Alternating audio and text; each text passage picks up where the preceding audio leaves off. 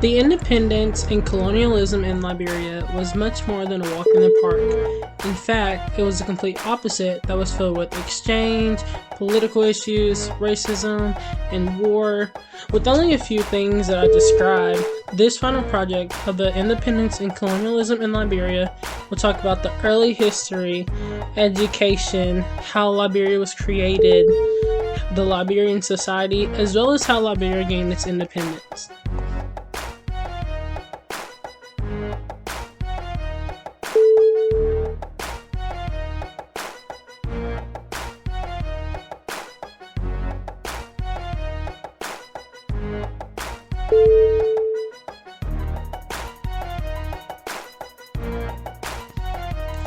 The early history of Liberia. The history of Liberia, for the most part, started with the appearance of the Portuguese merchants during the 1400s and the ascent of the overseas exchange. There were waterfront bunches that exchanged a few products with Europeans, yet the zone that was known as the Grain Coast, which was a result of its rich, gracefully Malagenta pepper greens. In 1816, the eventual fate of Liberia changed drastically because of the development of the American Colonization Society, known as ACS, in the United States. Searching for a spot to resettle freebought into the world, Black Americans and previously subjugated individuals, the ACS picked the Grain Coast. In 1822, the ACS established Liberia as a settlement of the United States of America. Throughout the following, not many years later, there were around 19,900 Black Americans that had moved to that province. On July 26 of 1847, Liberia pronounced its autonomy from America. Curiously, the United States would not then recognize Liberia's freedom until 1862, when the U.S. government finished the act of subjugation during the American Civil War. The frequently expressed case after the scramble for Africa, Liberia was one of the two African states to stay free and diluting of light for the fact that the indigenous African social orders had minimum financial or political force in the new Republic of Liberia. Education in Liberia. The educational system of Liberia has been extraordinarily disturbed by the two common wars that resulted during the 80s up to the 1,000 years. In the event that the schools were not crushed, the pace of enlistment was enormously influenced. The same number of individuals that time would not chance of processing about when they would go back to school. Greater part of the schoolgoers go to state-funded schools simply because the secretly run schools are over-the-top expensive. One of the major issues that Liberia had upon their education was the experience frequently by understudies from the government that wasn't funded for the schools in nature of educating that wasn't at the standard of tuition-based schools. Many of those instructors came up short on educating because of the exertion of managing their responsibility as they should as teachers. At that time, the spending plan for the training offices were improving, though economically, the nature of instruction from the government funded would increment.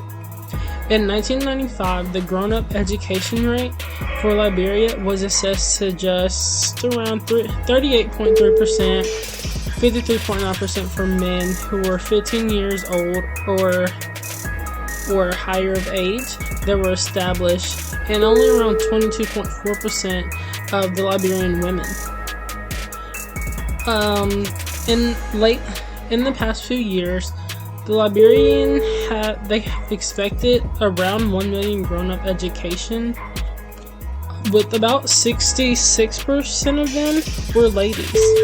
The school participation in Liberia has been impressively below normal for young ladies and young men, particularly in the provincial regions.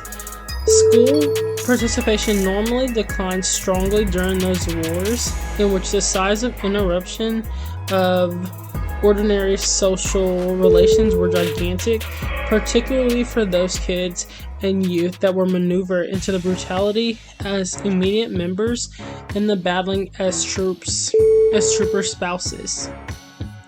Now in Liberia, they have a Liberian education project that is a non-profit that gives supplies to students in Liberia, especially for those who are disadvantaged, with boys and girls that are raised in villages who don't have hope of stepping into a classroom because they simply cannot afford it.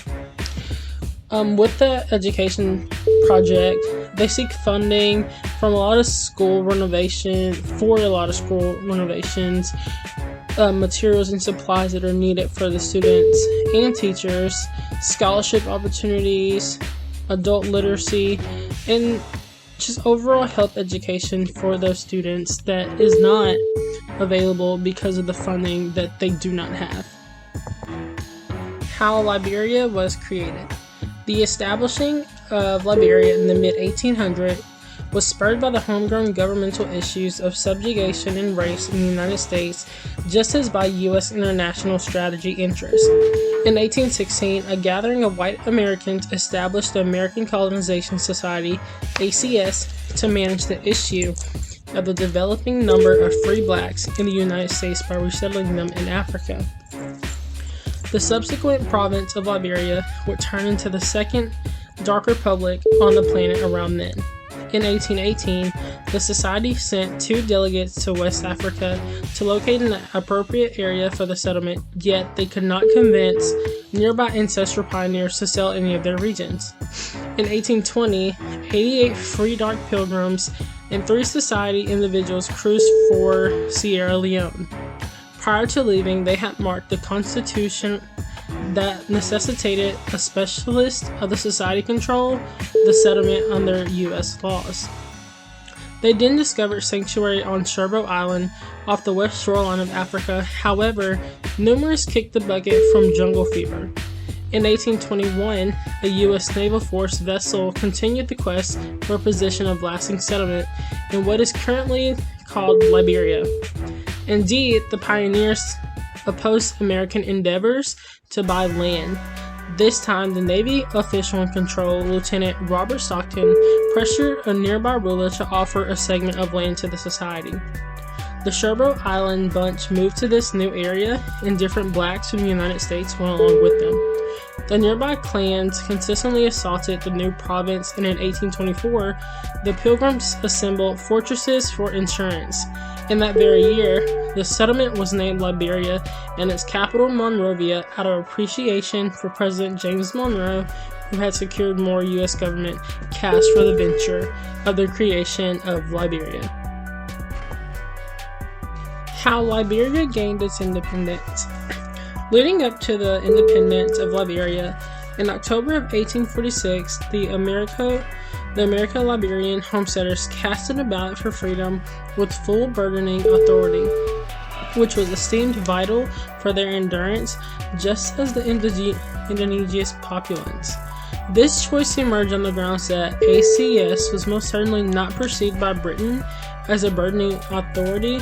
Consequently, Liberian power, moreover, was most certainly not perceived.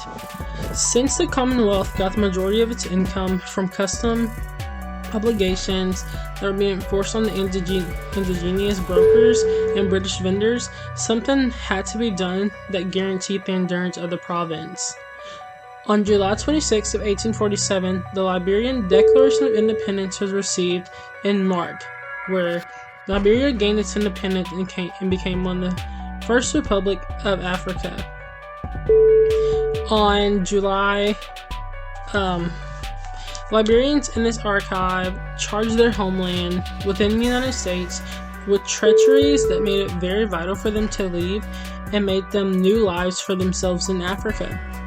They also lined up upon the worldwide network to perceive the autonomy and sway of Liberia.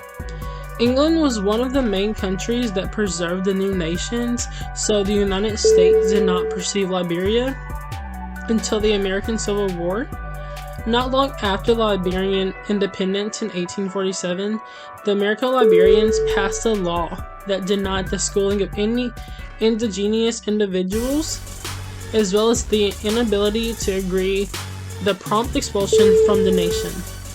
The translation and different contentions about the plan of this law encompassed the control of the majority in the event that one kept the individuals informed and only one could control them. Like, for examples, there were 16 indigenous gatherings in Liberia in which communicated a typical language that they use. So giving instruction to the majority implied that a typical language would be spoken.